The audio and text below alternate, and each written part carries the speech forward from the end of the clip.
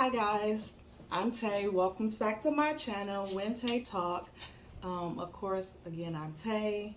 Sorry I've been gone for so long, but I have been in these YouTube streets, so I decided to go ahead, get myself together, and do me a video today about love and marriage Huntsville. So today I'm going to be doing, I think it's season 5, episode 2. Say It Ain't So, but I think it's just like 4B. So I think it's the second episode of 4B. I think it may be like season 4, episode 17 or something like that. Whatever it is, we doing an episode that came on last Saturday. Okay. So, without further ado, let's get into the episode. Before I start, just know everything is for entertainment purposes, only in my opinion, and everything is alleged, however you want to put it, okay?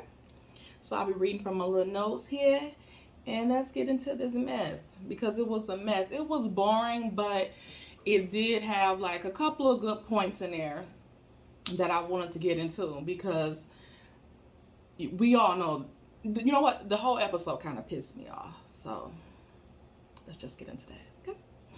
All right, so the episode, of course, started back where it left off last week with Dr. Francis and them grilling the Whitlows, and Tiffany's asking like how is what is he saying, like their marriage is fake or whatever the case may be, and he just told them, like, you know, when you own the game, then it's no longer your falsehood anymore. So deal with that. So her and Lou was in the confessional talking about he don't know them, he can't make these assumptions about their marriage and all this stuff, which actually is not like an assumption, it's an observation. He's a professional, so it's kind of what he's paid to do, you know. Hey, so I don't know where they were coming from with that. And then Tiffany started saying they don't even know where he went to school at and all this shit. Tiffany, why you didn't look that information up before you came to the retreat? But now all of a sudden you want to know his credentials when he's reading you and Lou? It doesn't make sense. Just get over it, accept what he's saying, and move on.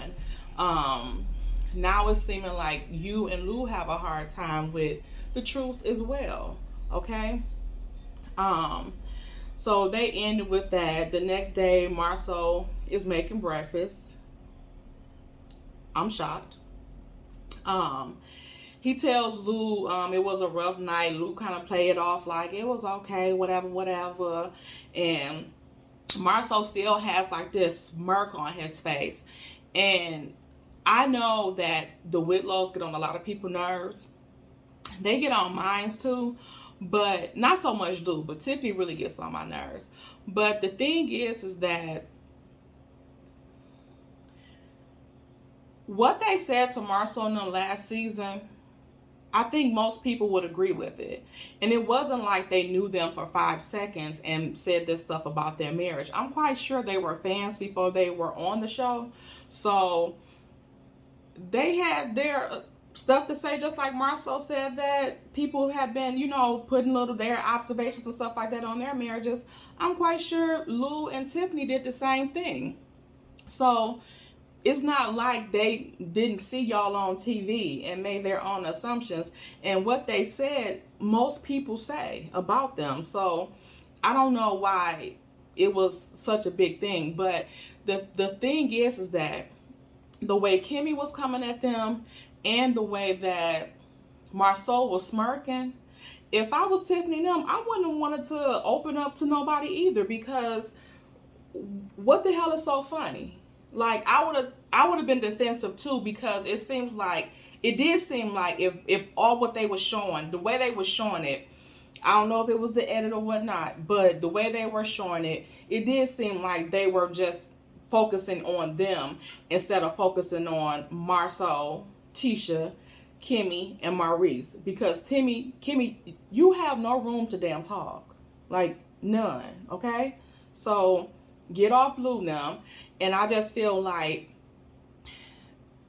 they need to split these damn Scots up, because they're all about fakeness, which they're accusing Lamh of, which all of them is being fake, and it's deflection. So get over it and worry about your own shit, Kimmy.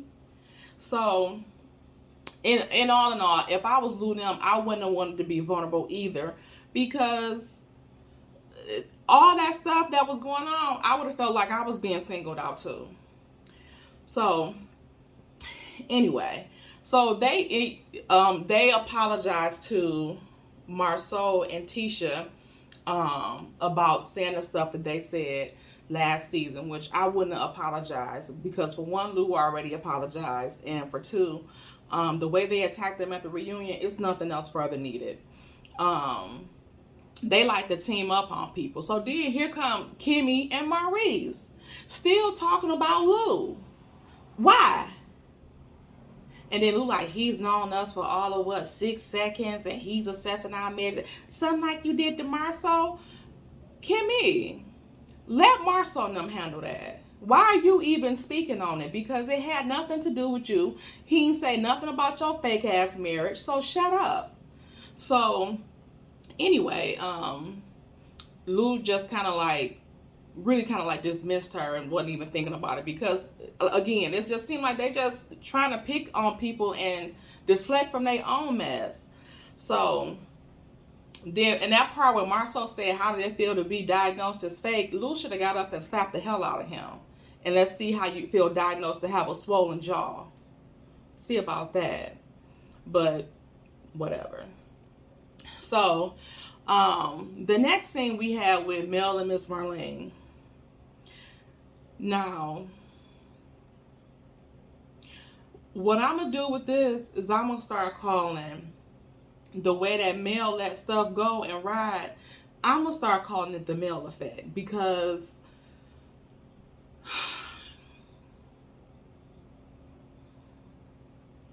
Miss Marlene, it possibly would have been a situation where I would have put hands on somebody mama with this, because she did not she owned what she said, but the way that she was kind of saying it was like, girl, you was just lazy. You was just being lazy. Like, nah, bitch, I wasn't.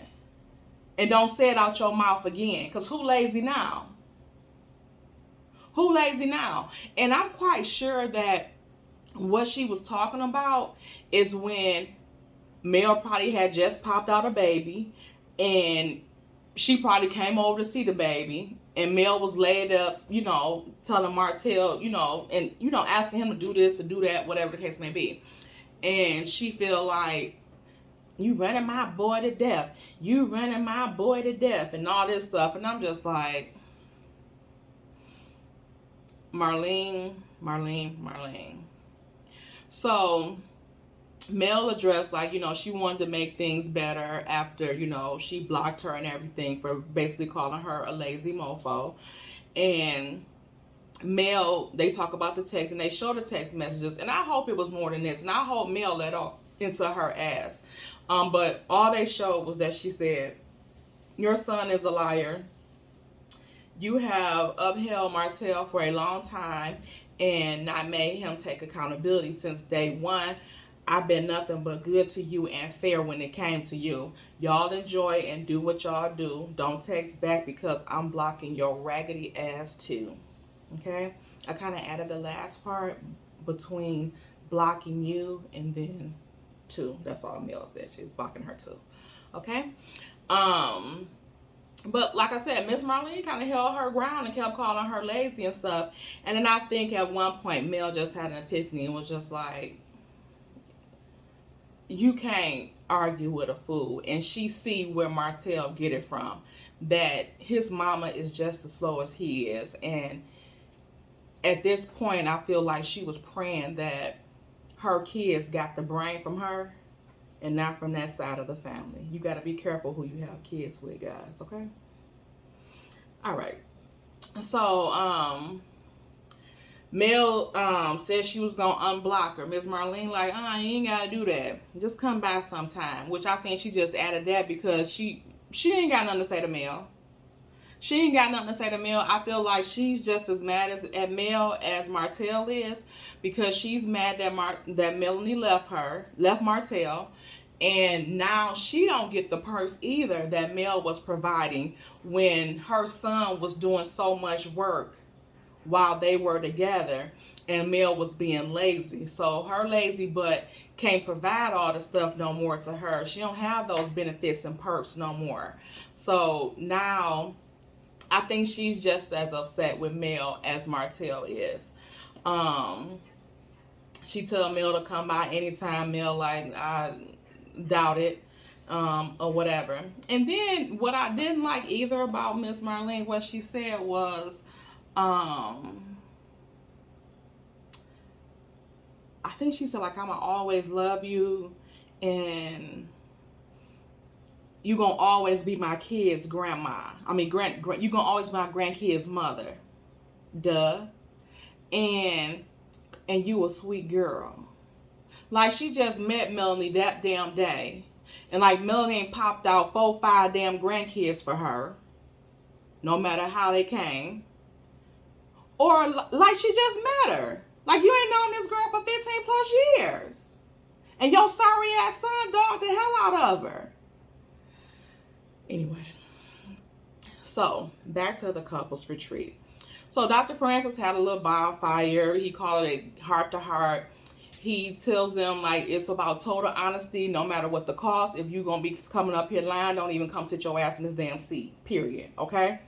Then he called the Whitlows up there. Why? The seat should have been filled with him and his wife, because nobody there was gonna come up there and spit no truth. So at that point, either the seat should have been empty, or maybe they had production or something that could have came and sat down and gave some truths. But with the Scotts and the Whitlows there, no truths was going to be had. So he should have skipped this exercise. But anyway, Lou, had a little breakthrough moment when he talked about the losses. And, he cried. Tiffany kind of got a little closer to him or whatever. But I really didn't see her, like, embrace him in that moment either. But she did get a little closer to him to try to comfort him. And Dr. Francis said, like, this is like the most humane time that he's seen him, or the way that he's seen him as humane since he's been there, or whatever the case may be. So, let's get into this part about Tisha and the friend loss, right? So, I don't want to be insensitive, but I think they just use that as an excuse. And they are, to me, that dirty where they would use that as an excuse, for one, for being late. And for two, to cover up them probably arguing in that car and Marceau getting in her ass in that car, okay? So what I feel like is that they use that as a deflection again. I know the friend did pass.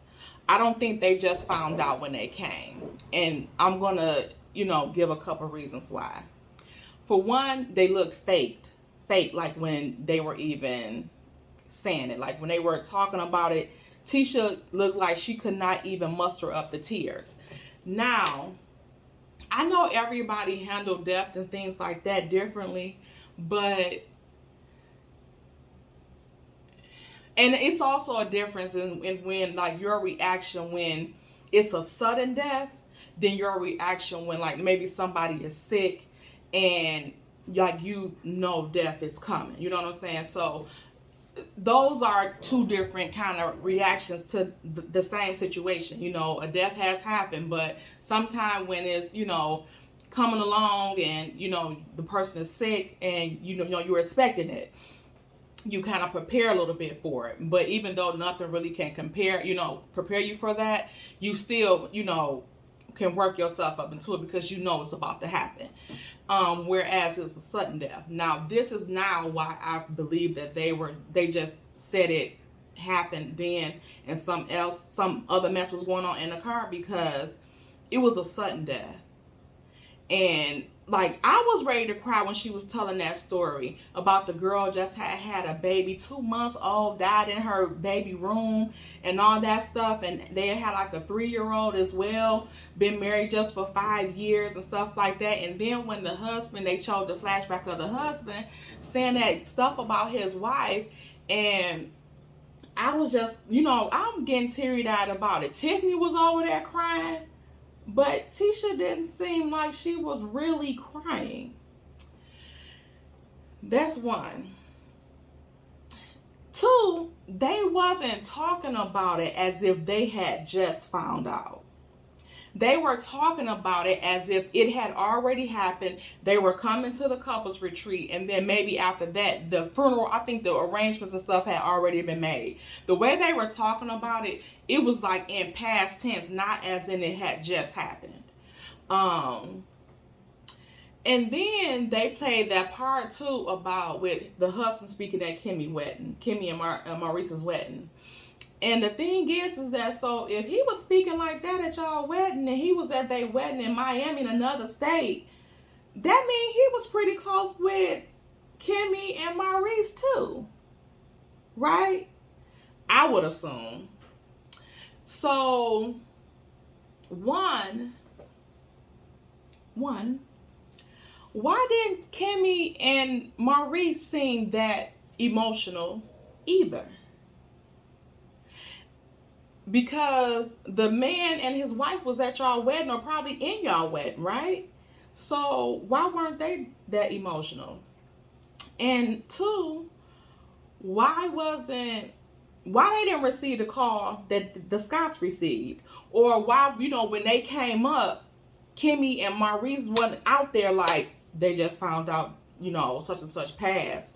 Like, boom, boom, boom, let's go out here. They pulling up. They just found out this. So why they didn't show Kimmy and Maurice having a reaction to the passing of their friend that just happened? You know what I'm saying? So it just doesn't seem right? So I just think they're all full of mess. And Kimmy and Maurice, they were just kind of like sitting there as if they were Lou and Tiffany. But Tiffany was over there crying when they was told the story. They just seemed fake. Sorry. Okay, so past that, the next scene was Martell and his mammy. Martell sitting there. First of all, Miss Marlene acting like she putting the kids to bed or something. It's bright as day. Or whatever. And then you didn't hear the kids making no noise, by grandma, nothing. So who was up there?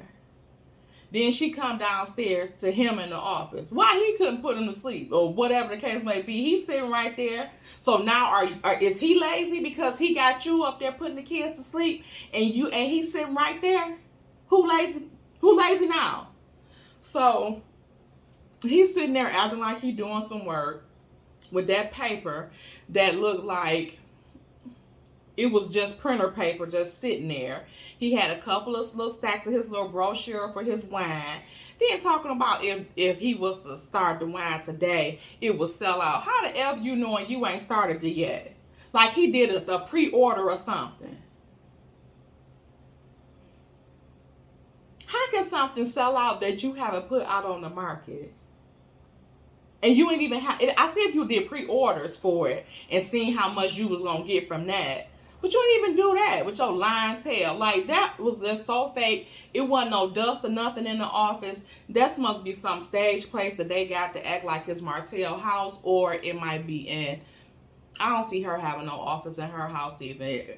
And I don't think Miss Marlene's house is 2 stories, is it? So, there must be some Airbnb they got that looked empty and made up. I don't know. But Miss Marlene tell Martell that she had breakfast with Mel that day. And Martell says that text that Melanie sent to his mama was the ultimate disrespect. Ms. Marlene agrees. And she says she don't let it go because she a real woman. So Mel not a real woman because she ain't let your sorry ass son drag her through the mud for the rest of her damn life or continue to use her and cheat on her.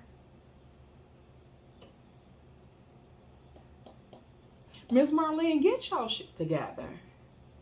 Because I'm sick of your dry raisin looking tail and them old pencil legs you had. Looking like an old hood rat. And I don't mean no disrespect either. But what it seems like is that Martell and his mother, they can acknowledge when they're being disrespected, but they don't understand it when it's on the other side, when they're doing it. Because Miss Marlene, what you said was disrespectful. Even if you felt she was being lazy, that wasn't nothing for you to say on TV. Because whatever it was back then, you see she ain't today. And Martell, I want to go over ultimate disrespect. Okay? Number 1, cheating on your wife for damn near half your marriage. Okay? Disrespecting her and letting your side chick disrespect her as well. Not only that, but that entire cast you let disrespect her. Okay? Number 3, getting your side chick pregnant multiple times. Okay? Calling your wife a hoe on TV. Yeah. The mother of your 4 kids, remember them? Remember them? Ultimate disrespectful. Yeah. Coercing your kids to say bad stuff about their mama and their uncle. And then putting it out for the world to see. Disrespectful. Stealing from your wife and your kids to buy your side chick an ass or whatever you used it on. Stealing from them, right? And taking money out the household that could have been in your kids' college fund and spending it on side chicks. How disrespectful was that? I want to know.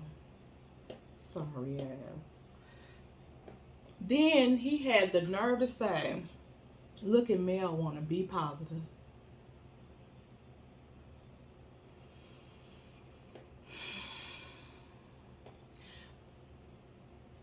They live in an alternate land, like him and his mama, and probably Marcel too. They live in some type of alternate universe that we're not, invited to. And neither do I want to invite, okay? Okay, because it's the land of bullshit. Okay? So, and then he says that, he wishes kids just had normalcy back and he want the family drama to be less. All drama that he caused. And all abnormalcy that he caused with his kids. Yeah, he wasn't concerned about that then. Let's move on. Okay? So we back to couple counseling. Tiffany and Lou. Lou says his daddy wasn't around like that, because he was always working. And he cries again because he said, Tiffany working like that is kind of putting him in the mind of his dad not being around like that when he was younger to like come to games and stuff like that. Once he told his dad about it, how he felt, his dad hadn't missed a game after that. So that was cool. And Tiffany went up and wiped his tears off, but she still didn't give him no embrace. Like, give a hug. Tiff, what's going on? Hug the man. Lou, you gotta quit letting Tiffany do you any type of damn way. He know Tiffany ain't no good, and he knows she'll cheat. So I think he's trying to keep her at bay and keep her happy. But she on this show looking for a come up. And that's about it. Because she thinks she looks better than Lou. And she thinks she can get better than Lou. And that was her problem with her other marriage or whatever she had going on. And I still want to know what happened to her other husband. And I don't know if the husband was the son. I don't think that he was the son father, because the son father is still, they showed him in the flashback. I guess he helped her find her mom. And you know what? Now that we on that, I just want to say that, hear me out. I think, so when Tiffany said that her mom and her adopted parents were on drugs, so I'm thinking like, why would they let crackheads adopt a baby? I think, and since they were a biracial couple, I think that, this is my opinion, and just think about it. I think that Tiffany's adopted daddy is her real daddy. That's why her mama won't tell her who it is. I think that he's her real daddy. He cheated on his wife with her mama, got her pregnant, and since she didn't want to like just be having a biracial child in that time or whatever, she put the baby up for adoption, and him and his wife, probably, well, I don't know if she was his wife at the time, his wife, yeah, she had to be his wife because she said they adopted her. Him and his wife just adopted her as if he was not the real father. I think that's her real father. Because why won't the mama tell her who the daddy is? Like, why do it matter now? That adopted daddy, to me, in my opinion, is her real papa. Okay? But anyway, so that was Tiff and Lou. Okay? So I think that's all we're going to be getting from them for the couple retreat. So the next up is Marcel and Tisha. So Marcel gives like this speech, like he's been practicing for an Easter speech all the time that he, you know, since Dr. Francis has been focusing on Lou now, he been, you know, thinking in his head what he gonna say to try to get Dr. Francis not to get on his butt. But I tell you this, I'm going to be highly pissed if Dr. Francis don't get on Marcel and Tisha and Kimmy and Maurice's asses. I'm going to be pissed off, and I know this is going to be some boo mess. Okay, it's going to piss me off if he don't get on their butt. I'm going to be pissed off because I know he can see the fakery going on with them, all of them. So anyway, so he gives that again, talking about Lou and how, you know, oh, you think it's like Dr. Francis? You think this is like this and that? Marcel, shut up. So let's talk about y'all. So while he's saying a little couples therapy is like doing work and then seeing a snake.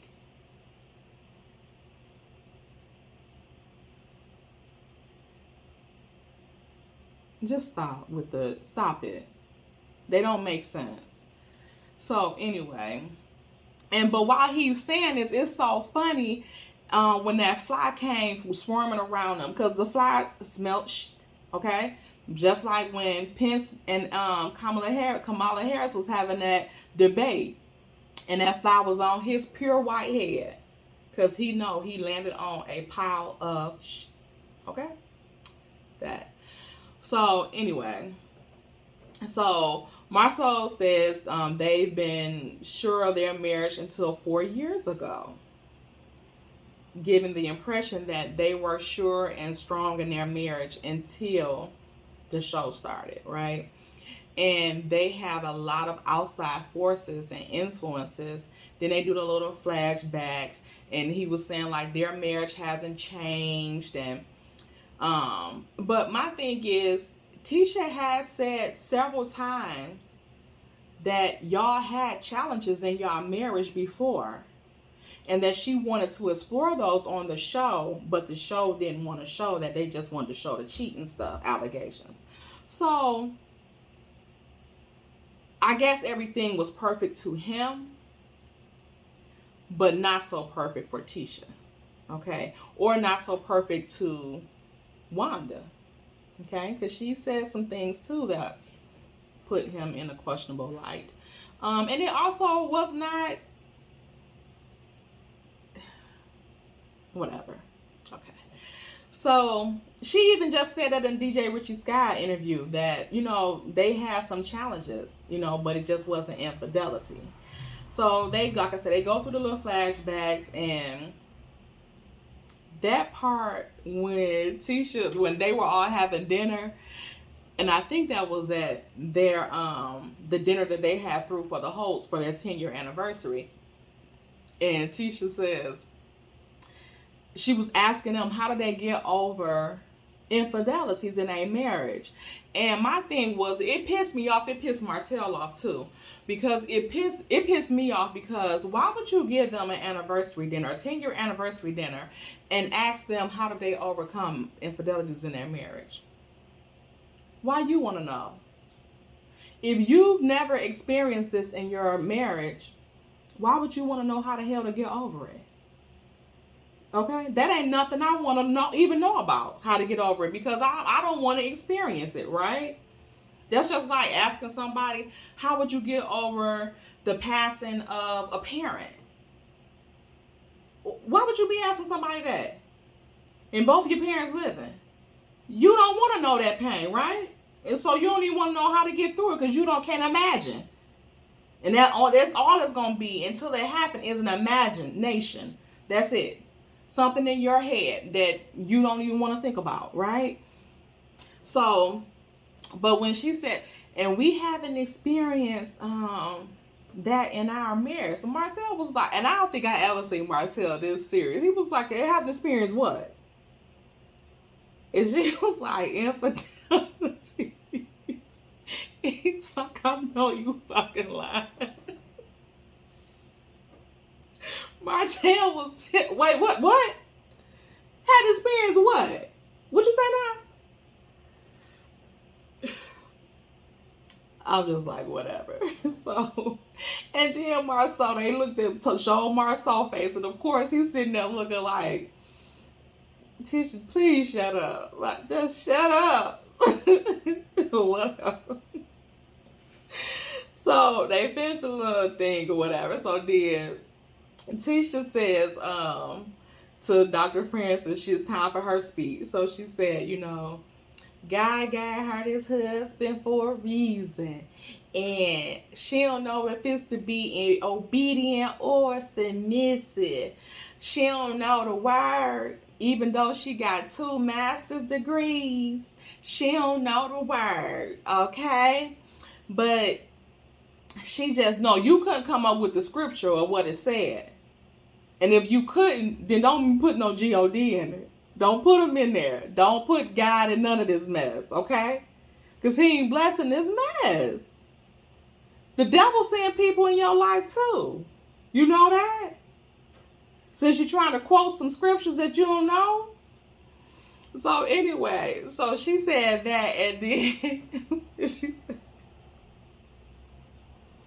when she said the obedient or when she said the obedient or submissive part, Dr. Francis was like,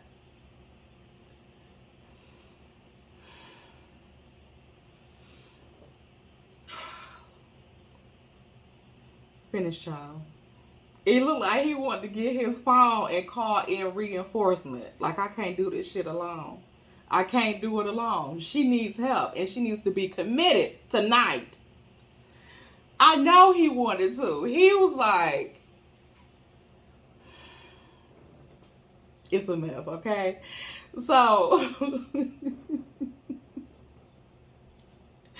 she said that, and then Marceau chimes in and talks about, so I wouldn't have married her if I was going to discount her. I don't make unilateral decisions. Dr. Express, I repeat that. I don't make unilateral decisions. I always include. He said, oh, for real?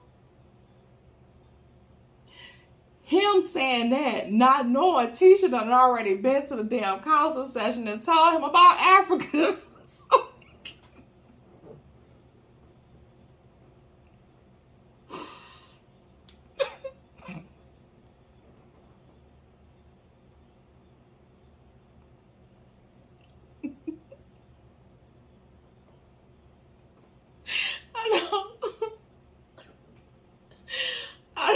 Marcel see that part, he gonna cuss Tisha out.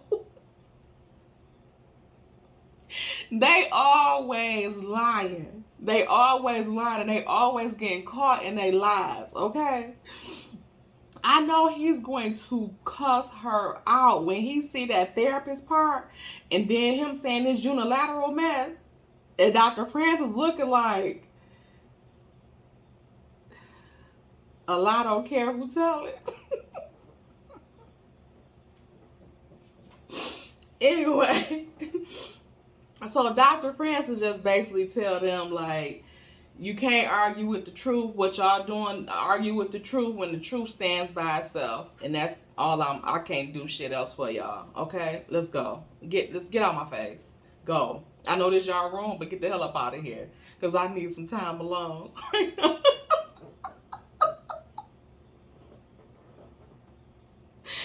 Oh my God. So then they get to Kimmy and Maurice. So, is it me, or did it seem like when Dr. Francis was saying, oh, y'all got all this or whatever, y'all ain't give me no plate, and Maurice was like, get you a plate, make you a plate. Maurice, shut the fuck up. She can make him a plate. She making your egghead one, and your son one. But he looked like he was pissed off. And then he tried to, like, church it up and was like, well, you know, I know you better not make him no play with Miss Francis here. Shut up, Maurice. He seemed like that bothered him. If Dr. Francis did say go make him a plate. She can go make him 5 plates. Bastard. Anyway, it's my opinion.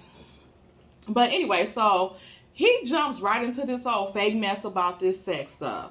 And Dr. Francis is looking like, okay. What? Do you not think that your wife has, you know, the say so over her body? While you talking about she should elf and suck whenever you want to? And he like, no, I'm not saying, no, I'm just, yeah. And here go Kimmy. He knows. Shut up, Kimmy. Because he don't know. Because if he knew that, he wouldn't be sitting here telling this man that you should every time he wanted it. He shouldn't be saying that. He shouldn't be telling this man that you basically his slave. You shouldn't be telling him that, because you telling him basically you Maurice's slave. Right?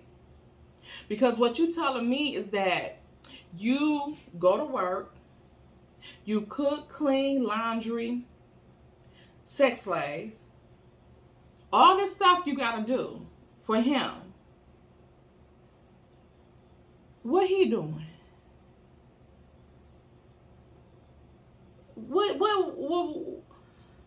What's his purpose? You know what I'm saying? Like, what's his goals? What's his motivation? What he doing? And then not only that, he brought his son there. So now you got to clean up and all this stuff behind his son. Talking about it ain't men's work. That's good, because he ain't no motherfucking man yet. So he can get his ass in there and do them damn dishes. And you can dry them. When I tell y'all, our house will look a mess, or the EMS will stay there, okay? Because we will be beating the out of each other, okay? One or the other. Our house will be up. They'll be like, ooh, Kimmy's so trifling. Kimmy and Maurice trifling. They'll say both of them trifling. Because I wouldn't move a muscle, especially if I'm going to work too. And Kimmy, peep this. Just like you just told Tiffany last episode that she can't give 100% at home and 100% at work. What you trying to do? Because you still working. And you ain't say nothing about Maurice working. You ain't give a list of things he was doing. Because I see if he was working, taking care of the household, but you outside the house working. And that's the problem that I have with her. Is that you study talking about Lou and Tiffany and all up in they mix. Talk about this. Talk about Maurice not working.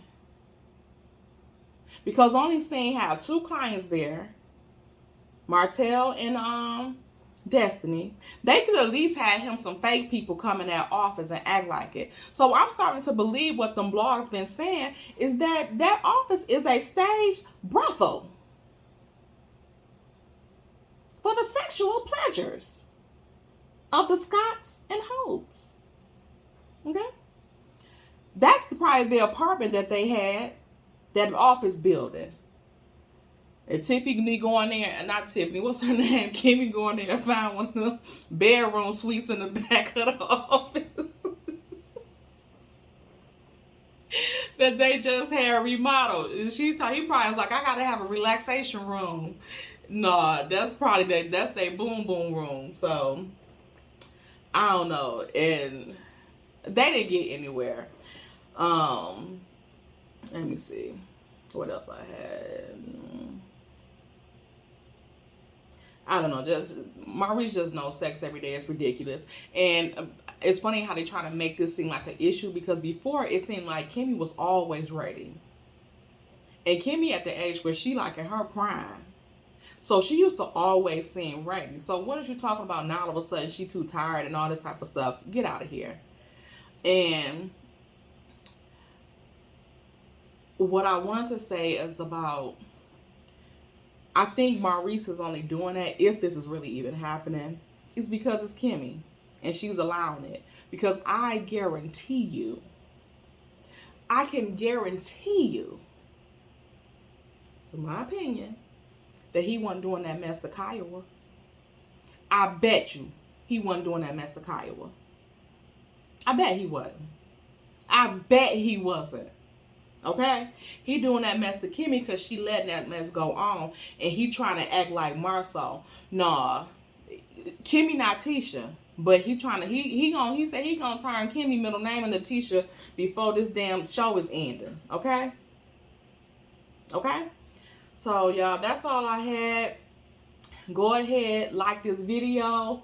Comment on the video so we can get into it down in them comments. I want some interactions. Come, subscribe to my channel. I'm trying to get me some little subscribers so I can get monetized and come to y'all with the mess every week. I'm going to get a little bit more consistent. I do work a 9 to 5 or 10 to 6 or whatever you want to call it. But let's get into it in the comments. Like I said, subscribe to the channel. It ain't going to hurt you. Okay? Like the video. All right? Let me know how I did. If you need something else, let me know if I'm doing a little bit too much cussing. I'll cut it down on this one. My auntie said on my last video I cussed 107 times. I can't believe she counted, but it's my auntie, so I believe she actually did count. But anyway, I get it from her. So, love y'all, and